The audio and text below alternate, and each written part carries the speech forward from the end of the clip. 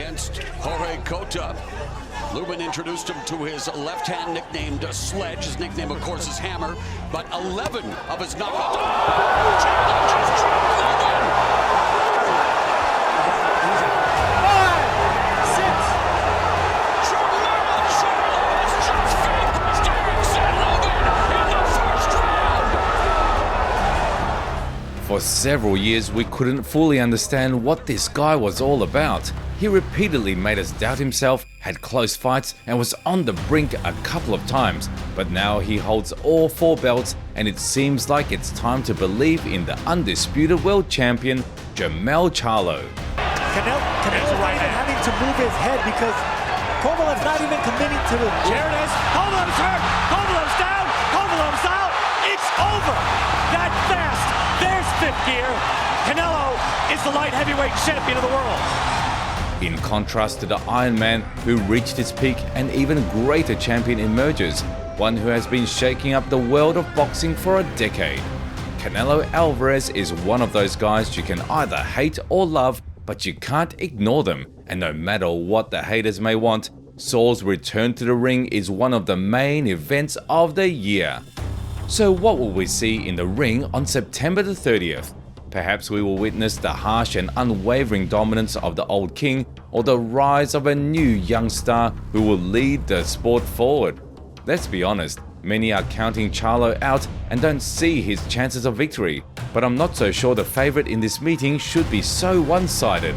Unfortunately, we will only get exact answers in the actual fight, and for now, let's take a short tour of the career of both boxers and remember how they came to this showdown.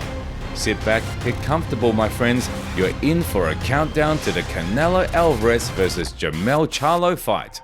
Don't forget to subscribe to the channel as well as like and leave a comment in 4 words. Well, let's get started. Canelo's story is like a modern adaptation of the famous saying, "From rags to riches." Saul was born the son of not the poorest but an ordinary Mexican farmer and could have easily followed his father's footsteps, working in the fields and tending to animals. But boxing changed his life forever. His older brothers, especially Rigoberto Alvarez, trained the younger one from a young age to become a threat in the ring, and their work paid off handsomely. Soon, no amateur boxer in Mexico wanted to face this relentless monster one-on-one, and Canelo had to switch to the professional level at just 15, competing only in his home country. The prospect had years of active work ahead, which eventually brought him to the global stage. A talented and young lad amassed a series of 43 victories, faced experienced fighters like Shane Mosley and Austin Trout, but stumbled when he agreed to fight the legendary Floyd Mayweather. Saul's subsequent career is well known to you all, so we won't delve into it and move on to Charlo. Jermell was born in Texas in the spring of 1990, just 6 minutes after Jermall. Both brothers showed promise in sports from an early age and even tried their hand at football, but after seeing their father conduct a boxing training session, they also became interested in the sport of boxing. In the same gym where the Charlo twins' father trained, you could sometimes see boxing legends like Mike Tyson and Evander Holyfield, so the brothers were initially the best examples to follow. Jermall had a slightly more successful amateur career, but it was the younger Charlo who was offered a contract for professional bouts first, and his brother joined him on a different level a year later. For a long time, the Charlos competed in the super welterweight division, but in 2016, the slightly larger Hitman moved up to another weight class and stayed there, allowing his brother to make history in the 140-pound division. By the year 2020, these guys were on different hemispheres in terms of their achievements. Canelo had knocked out the once undefeated Sergey Kovalev and became a world champion in his 4th weight category. After that, the Mexican returned to the super middleweight division. On the other, I don't care about no belts. I don't care about none of that. They don't want to fight me. I'm different. Just 3 months after Jermell's unification bout, Canelo was preparing for his second fight in the super middleweight division. His first opponent in this division was Rocky Fielding, who didn't last 3 full rounds. Now Saul was set to face the undisputed WBA champion Callum Smith. Another reward for the winner was a vacant WBC title. Smith's undeniable advantage was his height, but Alvarez deprived his opponent of that strength with his relentless pressure. Saul showcased beautiful boxing at close range, breaking down Callum with both combinations and single punches. Mundo tried to work with the jab and frequently used uppercuts, apparently as a homemade preparation, but most of the time these shots missed, while Canelo continued to dictate the advantageous distance and land punches. The unanimous decision went to the Mexican. Well, right now we're just going to enjoy Christmas and enjoy the great victory that we had, and short term unify all the 168-pound titles. Before conquering another belt, Alvarez had to make a mandatory defense. Several tough guys were in contention to fight the champion, including former WBC belt holder David Benavidez. However, the powers that be decided that the best option for Saul would be to face one of the weaker members of the top 15, Turkish boxer Avni Yildirim, with a record of 21-2. No miracle happened. The difference in class proved to be too significant, and Yildirim's game plan for this fight was a losing one. The young man decided to play Canelo's game and exchange punches with him at medium range while standing in a high guard. I'm afraid that no one can beat Saul in this way, not even the most powerful puncher, so Avni's fate was sealed. Those shots, believe me. 1, 2, and down goes Yildirim. He went down in a beautiful knockdown in the third round, and after the break, he refused to continue the fight. An easy victory. Question was if he saw his opponent look defeated before the fight. That's usually what happens with my opponents, because when they go in the ring with me, they're always worried about what I'm going to do, whether I'm going to counter punch, and I make them uncomfortable. But we're not parting ways with Canelo. It's worth giving the Mexican credit. No matter what happens in the world, whether it's rising oil prices or a coronavirus pandemic, he performs consistently and frequently. Many stars could learn from him, but that's not the point right now. Without breaking a sweat in the showdown with his last opponent, Canelo set himself a goal to become the undisputed champion of the super middleweight division by the end of 2021. And for that, he needed 2 more belts, one of which was held by Billy Joe Saunders, a British champion with an unblemished record. It had never been done before, and here we go again. Super B showed his skills early in the match. Thanks to his southpaw stance and nimble footwork, he created numerous problems for Canelo. Often, the Mexican's power punches missed their mark, while Billy jabbed his opponent's face and then moved to a safe distance. At times, Saunders' self-belief reached its peak and he would drop his guard without the fear of getting hit. After securing the early rounds, the British fighter suddenly found himself taking many hits. Experienced Saul changed his attacking angles, increased his aggression, and picked up the pace, gradually breaking down his opponent's face. The 7th and 8th rounds proved especially tough for Billy, and before the 9th round, his corner decided not to continue. Later, it was revealed that he had a broken orbital bone. No, we knew who Billy was. We knew it was going to be complicated, especially in the early round. But like I said before, my fight was going to start from the 7th round and on. While Canelo was taking on Saunders, Jermell was preparing for a unification bout against Brian Castaño. As you may recall, the Iron Man held 3 titles, while the undefeated Argentine only had 1 belt according to the WBO, which he had won in his previous fight. Many experts and analysts believe that while Castaño was a solid fighter capable of going the distance, it might not be enough to defeat Charlo. In order. Before that, we should remember Canelo, who was also collecting belts in his weight class, and there was only 1 title left for him to become the undisputed champion. It was held by someone familiar to us, Caleb Sweet Hands Plant. The master of beautiful and technical boxing from Tennessee had never lost a fight in his career and had successfully defended his title 3 times. Moreover, in terms of style, Caleb was a pain in the ass for the matches, especially to the body, further slowing down himself. A few minutes before the end, Alvarez reached his maximum speed and decisively defeated his exhausted opponent. A knockout in the 11th round. Canelo looking to finish off Caleb Plant, and down goes Plant, and this one is over. The first few rounds, they were tough, but then it ended up turning out just like we envisioned it. We were able to execute our game plan, and we were really happy with how it turned out. Canelo had already achieved a lot, and the unique title of Undisputed World Champion had been earned by only a few in the era of 4 belts. It seemed like he could take a break on such a high note, spend time with his family, but no. Alvarez decided to continue his quest for greatness. His next goal was the light heavyweight champion, where he had once ventured for a fight with Kovalev.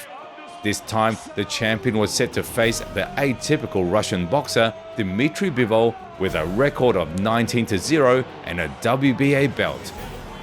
The fight turned out to be thrilling, with plenty of unexpected plot twists. Bivol chose not to run from Canelo's aggressive attacks, but instead met him with a solid defense before launching counterattacks. And it worked! By gathering all of his opponent's most powerful punches with his hands, Dmitry allowed Canelo to tire himself out, and then he delivered excellent straight punches, at times blatantly overwhelming Saúl against the ropes. Bivol nullified everything the great dominator liked to do to his victims, and it broke Alvarez. He couldn't decipher the champion's defense or adjust his strategy, and towards the end, his cardio faltered. A unanimous victory for the Russian, marking Canelo's first defeat in 8 years. So I'm proud, I'm very proud, and I'm a very competitive person. I've gone up and I've fought at 175. I've gone out of my comfort zone into fighting at a weight that's not mine. And there's no shame in that. Others, I'm looking for challenges that others would be scared to take on because they might lose. So that's what I'm here for, and that's what I'm wanting to do. The world was in shock after Dmitry Bivol's victory, and it briefly overshadowed the fact that a grand rematch between Castaño and Charlo was scheduled just a week after this fight. This time, fans along with prominent figures were evenly split in their opinions, giving both. This is a rally right now, so I'm on my shit. Surprisingly, Canelo quickly rebounded from his heavy defeat. After the fight with Bivol, the Mexican rested for just 3 darn months and was already eager to get back in the ring. On the other hand, this time his opponent was someone he couldn't ignore. Gennady Golovkin, the once invincible middleweight champion, moved up in weight and in his twilight years was ready to give his first and final adversary a decisive third bout. Saúl warmly welcomed his old rival with open arms. This time, the intense rivalry between the two fighters was somewhat diminished. In this weight class and at the age of 40, Gennady Golovkin didn't look as strong and fast as he once did. Meanwhile, Canelo appeared in good form and fearlessly pressed forward. Triple G offered him to work as a second number and threw many jabs, but these attacks weren't enough to stop an enormous Mexican. Alvarez easily won the first 6 or even 8 rounds, and then he slightly faded, allowing Gennady to make a late surge. However, his final push wasn't enough for victory. A clear decision in favor of Canelo. It's hugely satisfying to win, as you've said, despite all my problems that I had. I demonstrated in the ring today. Obviously, I wanted to get that KO, but it didn't come because he's a great fighter. But I was able to show, that's why there are 12 rounds in a fight, so you can show and display who's the best. So I'm really happy with what I've done tonight. While Charlo had some difficulties finding a worthy challenger for his first title defense, Saúl decided to return to his roots and have a fight in Mexico, where he hadn't fought in many years. The local fans missed their hero, and the chosen opponent shouldn't have posed too many problems. British fighter John Ryder was selected as the contender in the super middleweight division after a series of victories. John put up a decent fight, but nothing more than expected from him. Initially, the challenger actively protected his body and worked on defense against a powerful right hand, while he moved actively in a southpaw stance and threw punches. However, he couldn't play the elusive boxer for long. In the third round, Saúl bulldozed his way through Ryder and made him taste his own blood. The champion then increased his pace, hammering with power shots, and even secured a brutal knockdown, from which Ryder miraculously rose. Like Chris said earlier. Oh, and a 1-2, and that just set In the closing rounds, the local favourite continued to pummel John, who remained firmly on his feet, although it was unclear if this was benefiting him. A resounding victory by decision in favour of Canelo. After the victory over the Gorilla, nearly 2 months had passed, and Saul still hadn't named his next opponent. There were numerous discussions surrounding the Mexican, mainly about his move to a higher weight class, a rematch with Bivol, and other potential fights. However, none of these options materialized. Then, on July the 1st, the biggest star in modern boxing suddenly announced that he would be facing Jermell Charlo in his own weight class. Everything about this situation was unusual, from the choice of opponent to the weight class. Over the years, Saul rarely mentioned the Charlo name, and when he did, it was mostly in the context of the heavier Jermall, even responding to his challengers. No, pues como te digo, ahorita tengo metas, tengo una pelea enfrente, pero al final de cuentas estoy dispuesto a pelear con hacer las mejores peleas y ahora sí que veremos en el futuro. However, you never know what to expect in life. The cards were dealt differently this time, and the younger brother got his ticket to the top. Undisputed versus undisputed. That could be a big thing in boxing. That bitch can't beat me with that shit. His last performance, that bitch can't beat me. In August, the future opponents had their first press conference. Just it's time now. You know what I mean? A lot of guys worried about the wrong things, moving up in weight and doing this and doing that. When you wanna win something this big, you gotta risk it all. And this is a part of that moment. I don't get no excuses. I don't got excuses. Whatever happens, happens. And I'm not coming in there to lay down. I'm coming to win. I come to win this fight. I don't care about all that other stuff. You know what I'm saying? Forget what they say. I don't care about none of that. I'm focused 100% on this fight, and then we'll see. No, and I know everybody wants drama and everything. You know, they want to fight each other right here and talking shit. But you know, when two fighters are 100% focused like we are right now, I think it's gonna be a great fight. Followed by a second one in sunny Los Angeles. People will be mixed in emotions and calling me great, and that's it. You know, I want to be known as great after this. I understand what the people say, and I agree. No, I don't look my best in the last two fights, but I know why, and I'm ready for this fight, and we'll see. We'll see what is gonna happen. You're gonna see something different. Canelo will see that I packed a good punching power. I got good lateral movement, good abilities to move around the ring, and I'm a general just like he is. The story of Canelo and Charlo was ready for its climax, and it wouldn't be long before we witnessed the main act of this great drama. In reality, it's incredibly intriguing to see how these fighters will blend their styles in the ring and what will come out of it. I understand that many boxing fans may not be happy with the circumstances that led to this fight, but just imagine two undisputed world champions in different weight categories preparing to face each other. When will we see something like this again? I suggest putting aside all dissatisfaction and simply enjoying the show these two will put on.